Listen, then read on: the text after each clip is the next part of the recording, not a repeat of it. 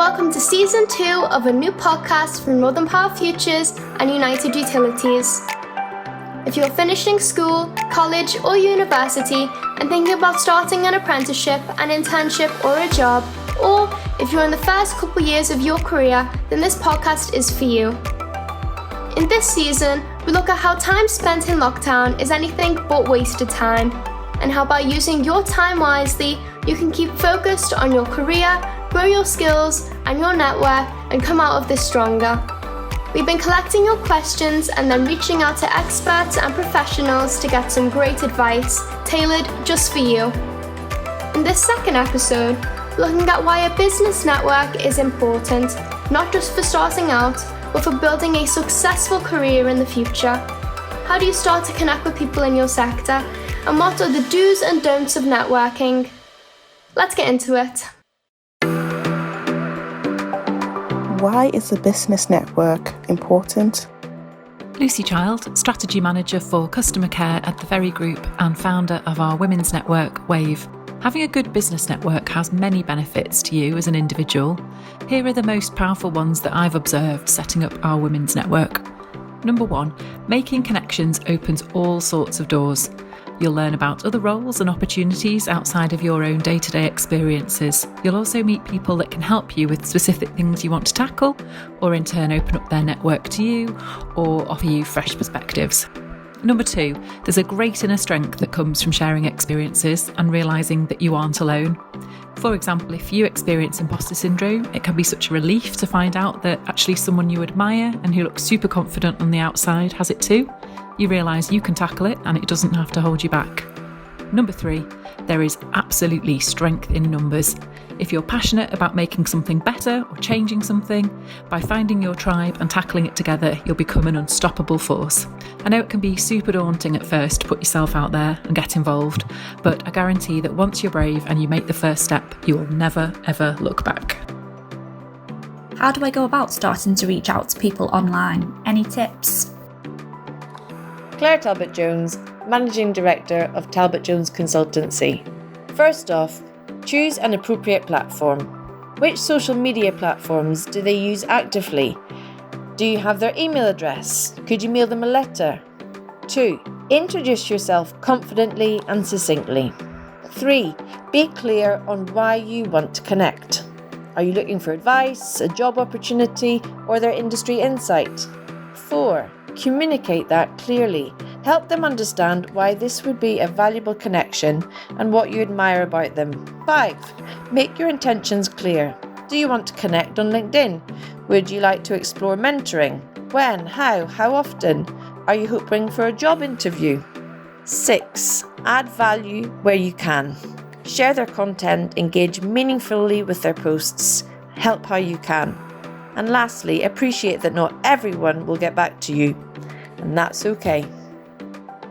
What is the difference between LinkedIn and Twitter in terms of ways to connect to people? Is one better than the other? Hi, my name's Jez. I'm the CEO of Eden Smith, a data staffing and analytics company. So firstly, LinkedIn is purely a business professional network and Twitter is a social media platform. So there is definitely a definition between business and social, which should be noted. LinkedIn is the largest business professional network in the world and currently is the number one go-to place for recruiters who are seeking talent for new opportunities. You certainly wouldn't find Twitter, Facebook or Instagram advertising jobs, although you will see that on LinkedIn. So companies hire directly through LinkedIn, recruiters use LinkedIn, there are groups on LinkedIn which you can join where you can also find opportunities. So it's definitely the number one go-to place for looking for opportunities, and there is a very, very large divide between business networks and social networks. So I definitely recommend spending a lot of time on your LinkedIn profile.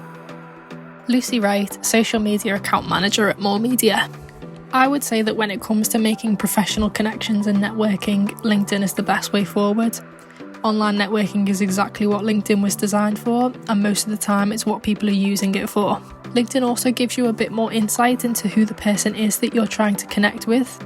You can see what industry they work in, where they're based, previous companies they've worked for, and also any mutual connections that you might have. This gives you a great way to get your foot in the door when it comes to connecting with someone online.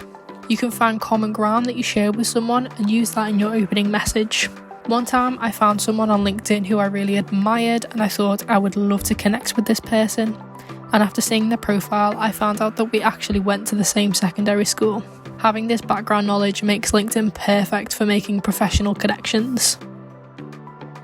What's the best way of approaching someone you want to connect with? Hi, Will Lewis, Founding Director, OBI. I always think you need to try and find a warm link, someone that knows the person you want to connect with. Look at their sort of connections on LinkedIn or on Twitter. Look who their advisors are, their accountants, their lawyers, and see if there is a warm link you can go through. So if someone gives you a recommendation or a direct introduction, then it's always worth its weight in gold. And then how you contact that person, do your best to try and meet with them. And if you can't meet with them, always try and call them. It's much more powerful speaking to someone and explaining why you want to connect with them as opposed to just repeatedly sending them emails. So really look for a strong link, someone who is a common friend or colleague, and try and get a warm introduction, and then go for a face-to-face meeting or a phone call. It may be more daunting, but the results will be far superior. Hello, this is Sally Bucknell. I'm the Director for Diversity and Inclusiveness at EY here in the UK. My thoughts on this are that a lot of people get lots of different requests, and it's very difficult sometimes to filter out the ones where somebody's trying to sell you something and those who genuinely want to connect you for an authentic reason, such as this mentoring and career development. My suggestion would be to go for somebody who is not too much more senior than you aspire to be. People who are just a couple of steps ahead of you on the ladder are keen to build their mentoring and coaching capability, and I'll be flattered to be asked, and are more likely to give you practical guidance that you can respond to straight away. Don't fall into the trap of going to the most senior person on your LinkedIn profile. I'm interested to know why people don't respond to my requests. Debbie Francis, Non-Executive Director, Consultant and Executive Coach. You might be finding that people are not responding to requests to connect, which can make it difficult for you to grow your network. When people in business send invites, it's often obvious for the respondent to see from that person's profile, the role, the company, why it would be beneficial for them to accept and connect. But this isn't necessarily the same if you're younger or you're just starting out in your career. If that's the case, you should always try and send a message about why you want to connect along with the request to connect. You could let them know that you're just starting out and would appreciate the support, or you could say you admire them and would love to connect. People do find it hard to resist when they're flattered. Alternatively, you could also follow them for a while. You could like their posts or comment on those posts. And that way, when you send the request to connect, they may actually think that they recognise you or feel they recognise you and accept. I'd love to find a mentor. Where can I start just using online?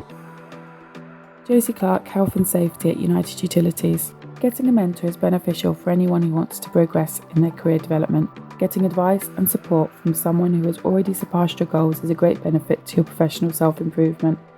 One way to find the right mentor for you, someone who you will be professionally compatible with, is to expand your network, making connections both within your own industry and outside of it. You could look at getting involved in online events and seminars, or through the use of social networking apps such as LinkedIn, Twitter and Facebook.